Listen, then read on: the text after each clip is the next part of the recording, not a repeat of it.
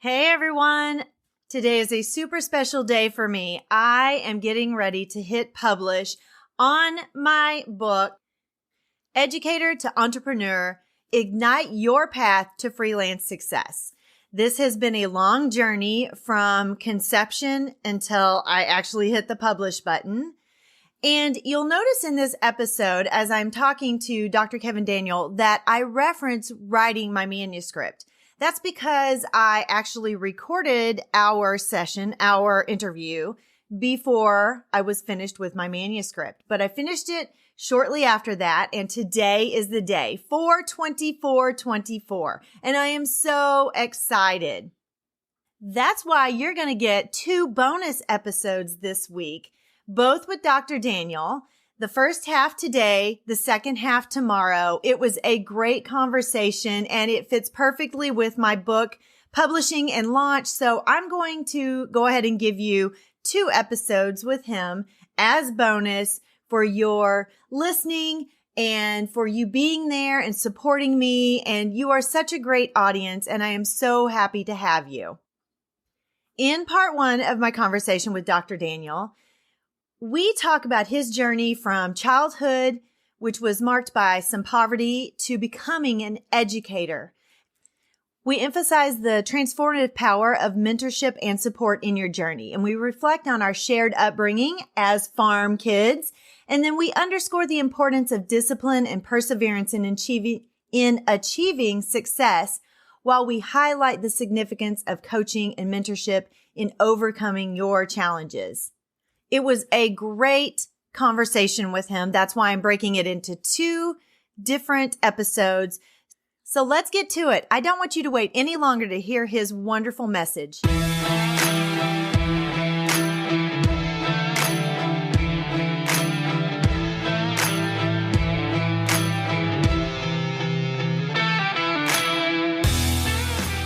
Hi, friend. Are you ready to move into a leadership position? Do you have interests and ambitions that you want to pursue, but feel like you don't know how to take that next step? Maybe you want to start your own coaching or consulting agency. I'm Mel, and I help educators define their career path through correct mindset, knowing your options, and getting prepared for your career transition. I will show you how to level up your leadership skills, share your expertise in a new way, create impact on a larger scale, and put your leadership in motion. As an educator for over 20 years, I started to feel underused and like I had more to give. I knew when the time had come for me to leave the classroom and affect change on a larger level. Now, I'm ready to help you determine where your talents and skills mesh with your passions and interests. Put your leadership in motion and move into that next phase of your educational career journey. Let me help you define your career path by having the right mindset, knowing your options, and getting prepared for that next leadership position. So power up and put your leadership in motion. Welcome to the show, everyone. I'm your host, Dr. Mel Vandevort, and today I have Dr. Kevin Daniel with us, and he is coming from Lee's Summit, Missouri, and he's here in my own home state, not too far, I guess, down the road. It's a little bit of a trek, but not too bad. And I'm going to let him introduce himself, and we're going to start talking about all of the wonderful things he's doing here lately. Welcome to the show. Yeah, Dr. Mel, thank you so much. It's a real privilege and a blessing to be with you today. So, yeah, I'm Kevin Daniel, president, founder, senior consultant with Fired Up Consulting Group. Started Fired Up in 2014 after years of really consulting on my own. So, yeah, I live in Lee's Summit, Missouri. I am a retired educator after 31 years. Wow, that's commendable. Very commendable. Yeah, no, I love it. It's been a great journey. I've been blessed to have an amazing career. I've met so many great educators, so many great kids and families. And I just, I love doing, I love school. I cannot ever quit school. I know. I hear you. I tried to move out of education and I couldn't. I was going to do something completely different. And God's like, what? What are you doing? You're an educator. I made you to be an educator. Yeah, Get back in there. exactly. So, that's kind of my DNA. I've been in school since 1971 and haven't quit. So, anyway, a little bit about my journey of life. I grew up on a farm in Northwest Missouri. I grew up in poverty and did not have indoor plumbing in my boyhood home until I was 9 years old.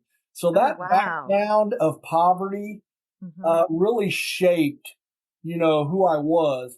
Those moments defined me as a person, and they were defining moments, but they didn't define me forever. Right? It wasn't where I grew up. It wasn't how I grew up. It didn't label me for life. So I was just surrounded by great teachers, great coaches, great Hmm. mentors, a great network of family that really helped me overcome the odds of poverty. And I wanted to be an educator. And now here I am, 35 years into the world of education. And now I do consulting full time. And I just love it. I just absolutely love it. Yeah, I hear you I don't think I necessarily grew up in poverty, what we consider poverty, but we didn't exactly have extra money to throw around and that kind of stuff. And I am one of the few on either side of my family who have a college degree of any kind. Definitely one of the few that has a master's, and probably one of the only ones who went on to get a doctorate degree and really push into further advancement of my own education. But I am the same as you. I am a lifelong learner and I just can't get out of it. Yeah, absolutely. Very similar story to me. I was the first member of my family to go to college. My older brother, my older sister, they've been very successful. They took different paths, which, by the way, that's an important thing as we work with kiddos and families and schools. There are lots of pathways to success. And one of the things that I always talk about with groups that I get in front of, because I still do a fair amount of motivational speaking and speaking to large groups about kids. Mm-hmm. But there are lots of pathways to success. You do not have to necessarily go to a 4-year institution. You do not have to Exactly. necessarily do X, Y, and Z. There is no longer a one size fits all model for kids, adults to be successful. And the three things that I say that you must have to be successful at whatever you want to do is you've got to form really good habits. And to form really good habits, you've got to have really good discipline. And to have really good discipline, you better have a work ethic. So if you have one, habits that you form, if you have two, discipline, that's Mm-hmm. based upon forming good habits. And if you have work ethic, you can climb whatever your success ladder is and be very, very successful at that. And honestly, Dr. Mel, when I'm coaching people, which I do a lot of coaching of leaders and adults now, I start with that basic thing, Mm-hmm. forming good habits. Mm-hmm. You have the discipline to form good habits. And then, something that I learned growing up on a farm is something that has stayed with me forever. It's the DNA of having work ethic. Yes. You can grow into having a work ethic, Mm-hmm. but as a kiddo growing up on a farm, man, that was drilled in my brain. You get up early, you work hard, you're probably going to work late being a farm boy. Mm-hmm. There were just seasons of life where we were working. It probably wasn't 24/7, but it was 16 to 18 hours Yeah. on the farm. And so again, it's a great journey. Life is good. Life is good. Yes. Yes, it is. And just so you know, I grew up on a farm as well, and it was a cattle farm. And so I know how to work a cow. I know how to give them shots. I know all the things, we have tractors and all the things down there. And I completely agree with you that the trek into your profession does not have to be a 4-year college. I am not knocking anybody who wants to go to 4-year college because it's very important. But none of my 3 children went to typical 4-year college. I had one that went into the military, then on to vocational after the military, and the other 2 went straight into vocational, and they started their work. They started working immediately. You know, my youngest son just graduated high school this past May, and he's been working with his certifications for a few months now, and he's doing great. He's doing great. Well, to your point, Dr. Mel, that's right. The pathway to success is whatever pathway you want to take. And again, habits, discipline, work ethic. If you have those 3 things, and I guess the other thing that I would add, and I'm starting to get into this work too, effective communication, relationships, and understanding how to work within the confines of a team. These are no longer the soft skills. If you can work as a member of a team, if you can be relational, if you can be a good listener and a really good, effective communicator, give me that person on my team, on our team any day, over the person with a 165 IQ that may not be able to communicate effectively. Exactly. That may not be a good member of a team. You got to be a good member of a team. Yeah, absolutely. I was one of those people when I first started in my career. I've always been that person who kind of had the mindset of, I don't need your help. I can do it on my own. I'll figure it out kind of thing. So that is a skill that you can learn because I have completely flipped my mindset. I am all about collaboration now. I realize that you can benefit so much from other people's perspectives and their unique abilities and talents and their expertise areas. And it takes everybody to be successful in anything. You have to have collaboration. You have to have other people to support you, to be there to support you when you're down and you don't feel like moving on and you feel like giving up. And you need those people in your life for sure in every aspect, not just your professional life, but as a career coach, a career transition coach, not just for educators, but for midlife women. I'm also telling them all the time, you need people in every aspect of your life. You don't need just one coach or mentor. You need a plethora of them to help get you through everything. Wow. Yeah, Dr. Mel, totally agree with that. Very well said. And I think a point that you just triggered for me as a thought in a very positive way. Obviously, you've read the work of Brene Brown, Dare to Lead. I've watched a lot of YouTubes over the years, and her YouTubes are some of my favorite. And she speaks to the topic of vulnerability. Yes. I think, me growing up on a farm, I was raised, you're independent, you're strong, you don't need anybody else, that kind of thing. And it took some doing to undo and unlock and me to lean into, I am going to be vulnerable. I need your help. I don't know it all.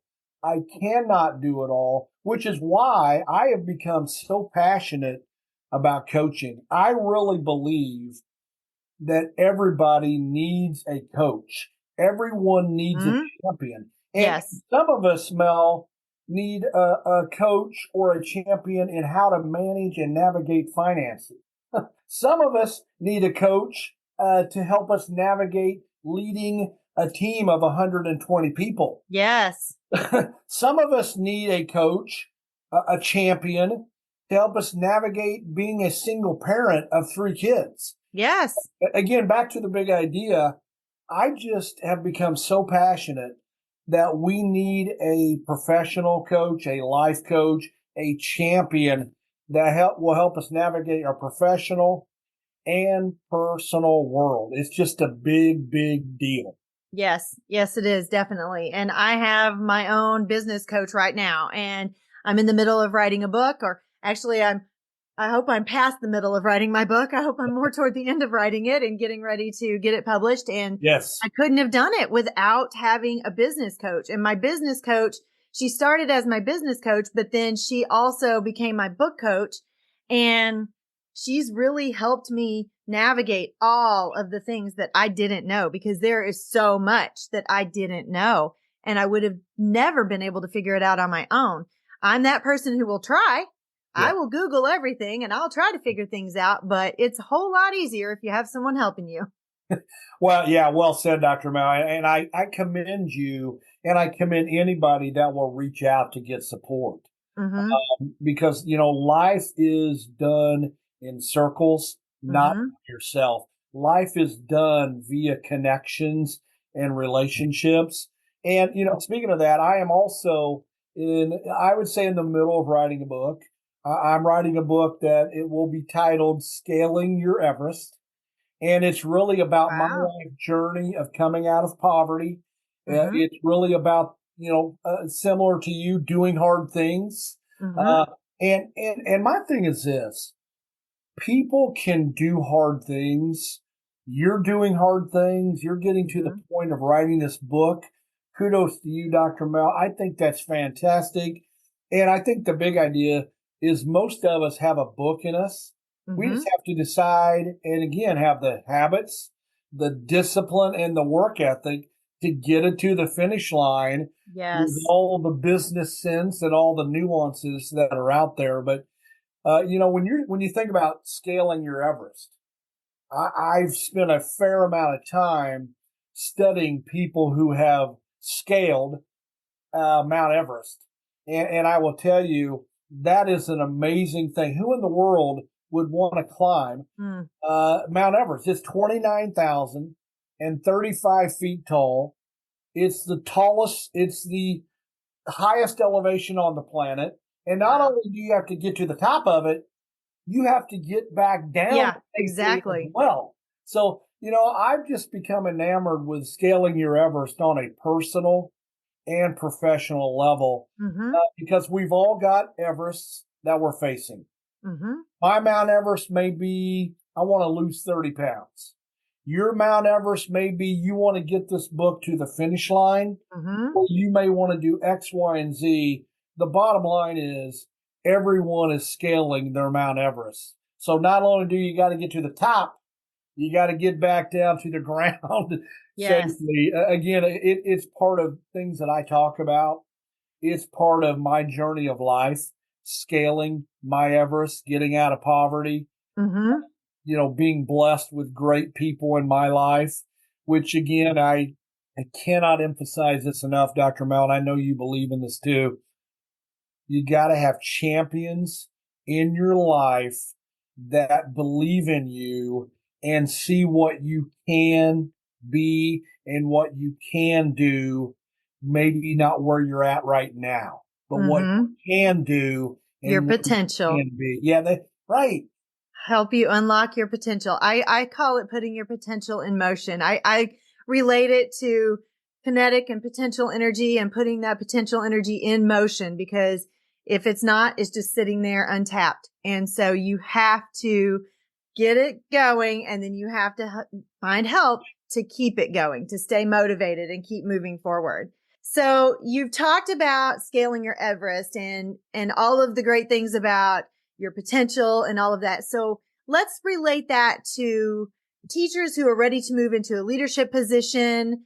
Let's talk about how that relates to everything about them and their desire to move into a leadership position and the whole process. Yeah, well, part of that goes to my mindset about leadership.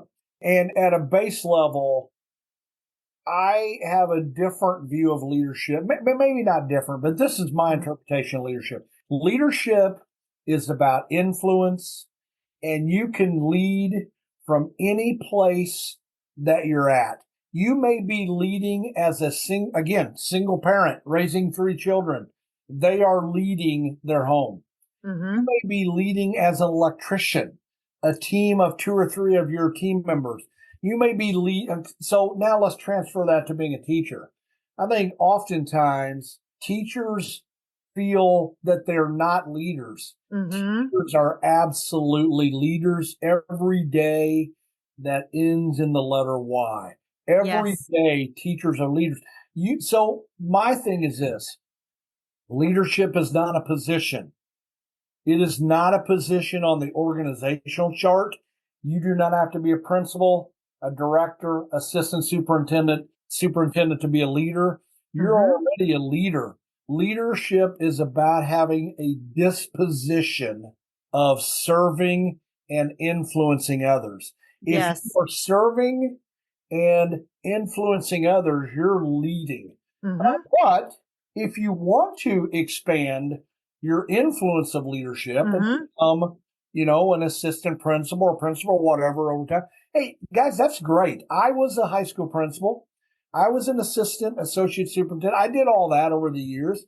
Guys, I was a leader when I was a teacher, though. I was a leader when I was a coach years ago. So as you think about, untapping and tapping into your leadership, this is so important that you realize you are a leader. Mm-hmm. You're currently a leader. You just have to decide how much you want to expand your influence. So if you are near the end of your career, don't stop contributing.